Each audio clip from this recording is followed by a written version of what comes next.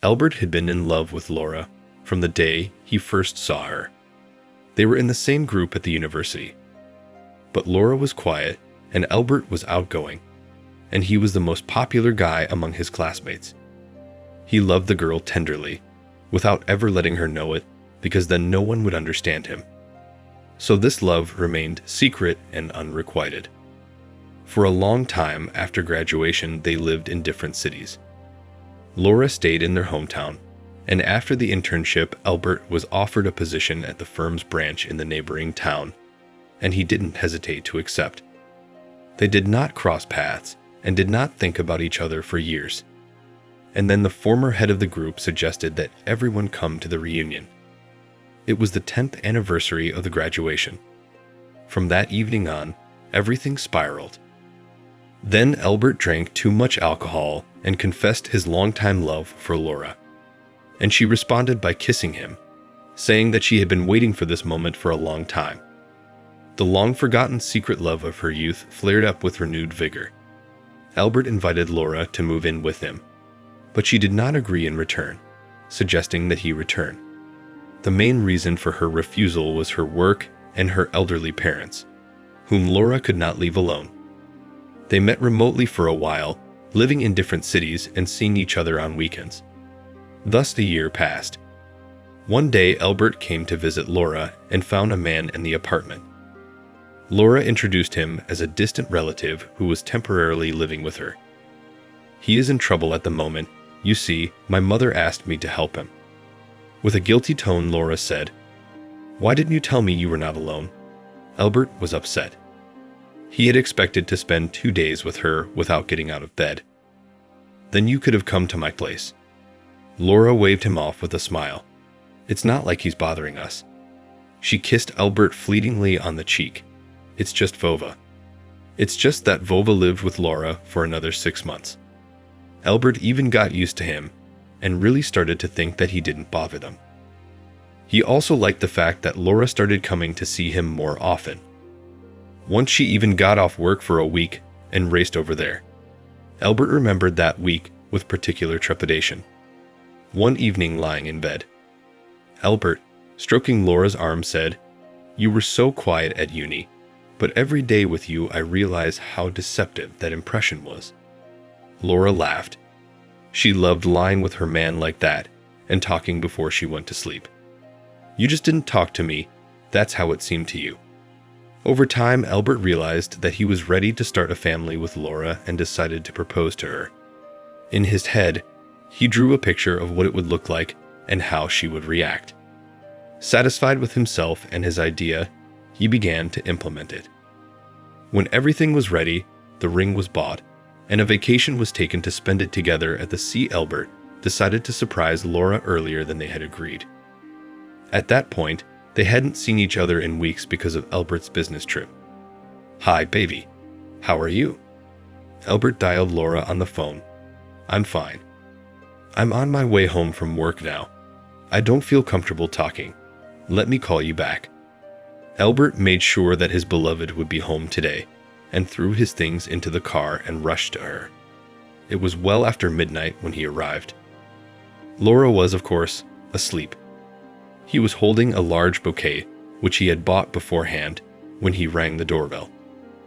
He had to repeat this action several times before Laura finally opened the door. When she saw her beloved, the woman rejoiced and threw herself at him with an embrace. "I missed you so much," she said with a smile. That night, the two of them did not sleep. In the morning, Elbert asked Laura about her plans for Friday night, and when she answered that she had no plans, he invited her to the restaurant, and she gladly accepted. "Where is Vova?" Laura's relative was still staying with her. "And Vova, he works a lot." The woman hesitated, but Elbert paid no attention to it. When you're in love, you close your eyes to a lot of things. Elbert was very nervous before the important event that was to come. Friday night was approaching inexorably, and the plan that the man had built in his head began to seem trivial and uninteresting. On Friday, sitting at a table in a restaurant, he practically changed his mind about proposing to Laura, because everything around him did not seem perfect enough. But having pulled himself together, he poured the champagne into glasses, took out a ring and said, "Will you marry me, Laura?" The woman's face changed. At first she looked frightened, then tears glistened in her eyes. And Laura briefly nodded, holding out her hand so that he would put the ring on her. Happiness overwhelmed them both. During the wedding preparations, Vova finally moved away from Laura. He had to, because the woman still agreed to move in with Elbert in his city and sell her apartment. Preparations were in full swing, with only a month left until the wedding. Elbert was already so used to traveling between cities that he couldn't believe it would soon come to an end, and Laura would be living with him as his wife. It pleased him so much that the mere thought made him blossom and smile. The weather was bad that day. The road was hard for Elbert. He was angry and very tired. He parked the car in the yard of Laura's house and went up to the apartment, throwing the keys on the shelf. Elbert went inside. In the room sat a crying Laura. "Darling." Elbert forgot his troubles and hurried over to her. "What has happened?" "I have a confession to make." "Confess what?" The man was perplexed. The next phrase came out of the blue. Upon hearing it, Elbert understood the winged expression about how words can hurt, and some can cause great pain. "I cheated on you. I want you to know it from me. I can't lie anymore. Vova is blackmailing me." "You cheated on me with your relative." Elbert felt dizzy. He wrapped his arms around her in an attempt to calm the feeling. "Yes, or rather no. He's not my relative. He's my childhood friend, my mother's friend's son.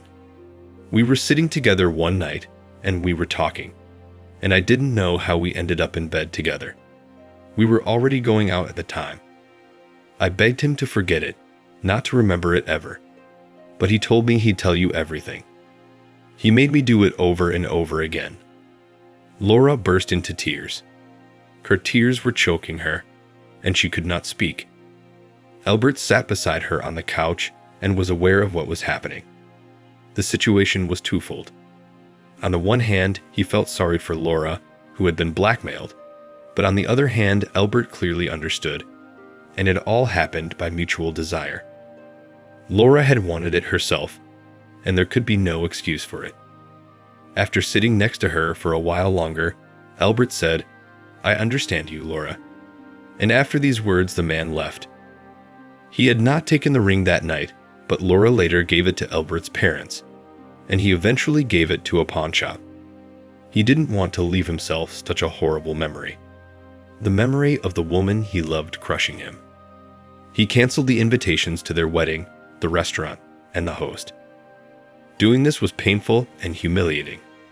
He felt like everyone knew and understood why this was happening, and that made it all the worse for his soul. The only thing Elbert did not cancel was a trip to the sea, and he was glad he did, because it was there that he met Katie, who later became his real wife and mother of 2 children. It was hard for him to trust Katie, but he was able to get over himself and build a new trusting relationship full of love. Laura, on the other hand, had a hard time forgiving herself and her mistake. She tried for a long time to find a replacement for Elbert, but nothing worked out for her. She was constantly following him and his new wife on social networks, and she bemoaned herself for what had happened. Later she married, of course, and was even happy with her husband for a while, but she eventually divorced him after she found her husband's lingerie in the car. She felt firsthand how painful it can be to betray a loved one, and learned how fate sometimes punishes those who betray their lovers harshly. Such is the story. Share in the comments what you think of this situation and the behavior of the characters.